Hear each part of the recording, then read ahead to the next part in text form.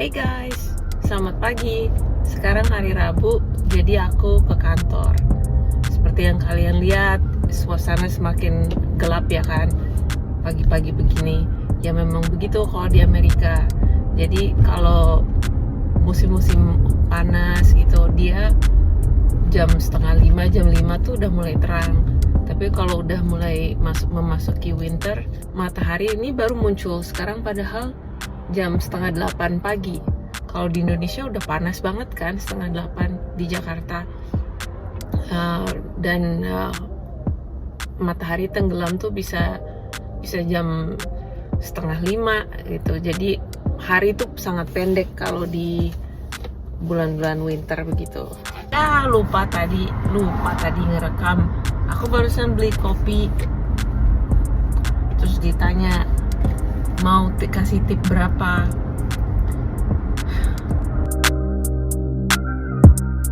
Hey guys, welcome back to my channel Nasya Lovaski.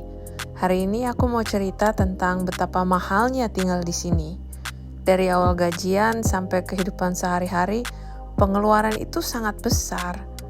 Aku cerita gini supaya kalian tahu, nggak semua orang Amerika itu duitnya banyak. Di sini ada peraturan yang mengatakan bahwa semua orang yang menerima pembayaran dalam jumlah minimal $600 harus dilaporkan ke kantor pajak. Di sini kantor pajaknya namanya IRS, Internal Revenue Services. Jadi walaupun orang yang kerjanya bukan di kantoran, seperti freelance atau sambilan, itu pun wajib dilaporkan penghasilannya. Apalagi orang kantoran seperti aku. Istilahnya di sini adalah golongan white collar atau kerah putih. Aku digaji setiap 2 minggu sekali. Tapi gajiku tuh gak pernah utuh karena ada potongan-potongan yang diambil sebelum duitku dikirim ke tabungan aku. Aku kasih contoh ya. Kira-kira seperti inilah bentuknya. Mohon dicatat ini adalah untuk ilustrasi saja. Nggak semua orang potongan gajinya seperti ini. Karena setiap karyawan itu jumlah gajinya, lokasi tempat dia tinggal, tipe asuransi, dan lain-lain bisa berbeda. Kalau untuk aku, seperti inilah kira-kira potongannya. Hampir setengah gaji aku dipotong macam-macam. Sebel kan? Oke, so misalnya gaji aku per bulan adalah $3.000 misalnya, atau lebih dari 47 juta rupiah per bulan.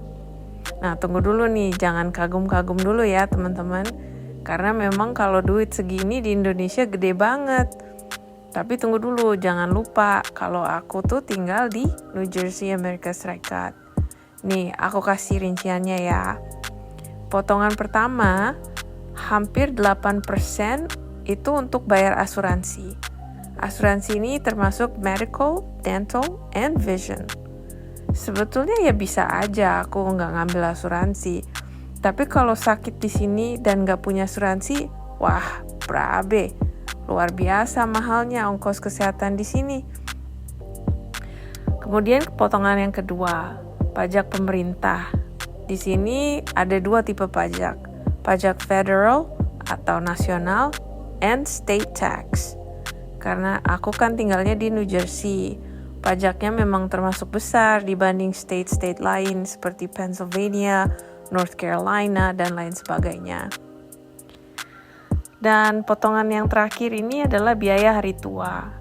Aku harus pinter-pinter nabung dari sekarang supaya nanti kalau aku pensiun gak merana hidupnya. Aku pengen saat aku pensiun itu aku bisa jalan-jalan puas. Nggak harus repot ambil cuti, anak udah gede. Dan mudah-mudahan aku suatu hari bisa menikmati hidup dan dari kerja keras aku sendiri. Anyways, kalau dihitung-hitung dengan contoh ini, gaji bersih aku itu cuma $1.725 dan 48 sen. Atau sekitar 27 juta rupiah saja. Nah, teman-teman pasti mikir, masih banyak itu, 27 juta kan masih banyak. Well, sure, but don't forget, aku awalnya tuh 47 juta loh duitnya. Yang 20 tuh udah ditarik duluan. aku nggak lihat duit itu, yang kelihatan cuma 27-nya aja. Dan selain itu, dari 27 juta itu aku harus membayar semua-muanya, seperti cicilan mobil, cicilan rumah, makan, bensin, telepon, internet, dan lain sebagainya. Jadi duit yang per bulannya 47 juta tadi bisa-bisa cuma tinggal sedikit. Apalagi aku sekarang kan punya anak ABG. Sepatu baru beli 3 bulan yang lalu udah kekecilan. Baju baru beli sebulan yang lalu udah sempit. Nah, jadi aku nih dengan diagram ini, dengan chart ini, aku mau menunjukkan ke teman-teman bahwa yang menurut kalian itu duit orang Amerika banyak, ya karena kalian taunya cuma gaji awal doang. Kalau aku punya gaji Amerika dan dengan ongkos hidup Indonesia, ya iyalah, aku pasti jadi artis banget deh di sana, luluran tiap hari, pijet, asik banget. Hai teman-teman, ikut jalan-jalan yuk. Aku mau cukur bulu ketek supaya nggak gambreng. Tom him halayo. Apa-apa di sini tuh yang menyangkut masalah jasa itu pasti ada service tipnya.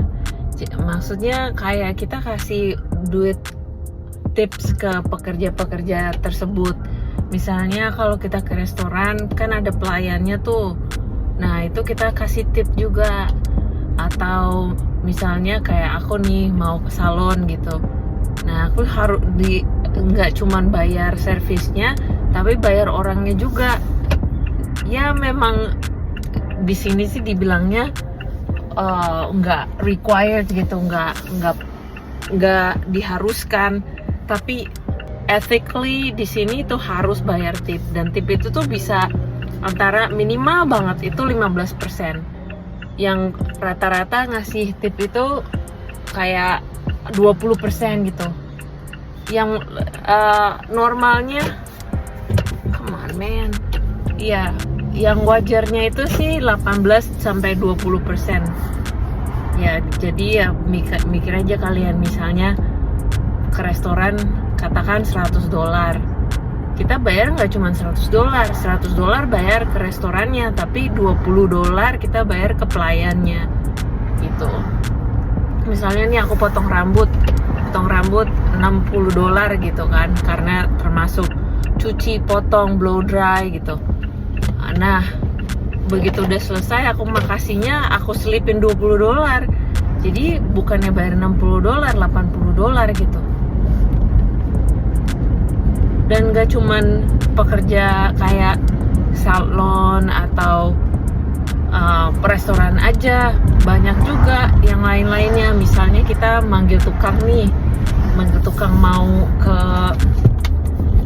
ke rumah gitu kan, ngebenerin tembok lah yang bolong-bolong, ganti pintu lah atau apa gitu. Nah, materialnya tuh mungkin ya satu pintu tuh $200 atau $300. Tapi terus service labor-nya itu mahal sekali dibanding di Indonesia. Sangat mahal. Makanya nanti aku tunjukin rumahku tuh temboknya bocel-bocel, pintu juga banyak yang dol. Aku nggak ganti-ganti karena mahal. Jadi nunggu punya duit dulu gitu. The napkin? Mm-hmm. And then did you want to leave tip on card? Yeah. How much? Just put 20%. Okay. I think that's easier. So all set?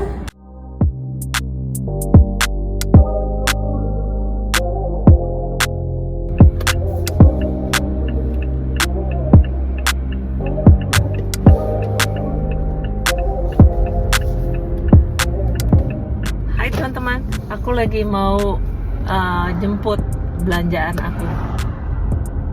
Kadang aku juga order groceries online, nanti diantar sama mereka. Tapi ya aku kayaknya pengen jemput aja hari ini, karena udah keseringan delivery itu soalnya juga bayar.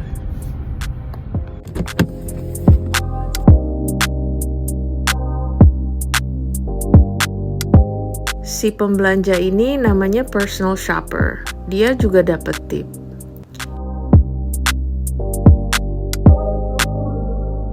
Nih aku beli 1 loyang pizza keju 300.000. Belum lagi tipnya. Chinese take out buat kita bertiga 1 juta lebih. Belum tipnya. Belanja mingguan padahal cuman susu, roti, pisang, dasar banget kok. 1,5 juta. Jajan pastry sekali-sekali 900.000. Kalau mau pijet minimal banget deh 650.000. Ini belum termasuk tip ya. Kalau mau potong rambut 1 juta. Juga belum termasuk tipnya.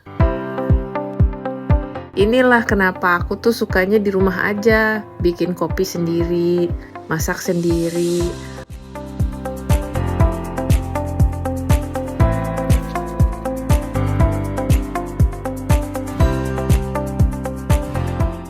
Kalau keluar cari yang gratis, kayak ke taman, ke hutan.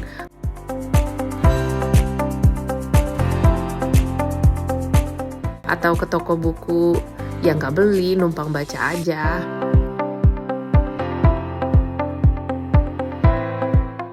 Aku kalau makan keluar bareng temen itu bisa dihitung pakai jari dalam setahun. Ya bukannya melarat sih, bisa aja kalau mau, tapi kan kongkow-kongkow dan gaya-gayaan itu bukan prioritas dalam hidupku. Anyways, udahan dulu ya ceritanya hari ini. Minggu depan kita sambung lagi. Dadah!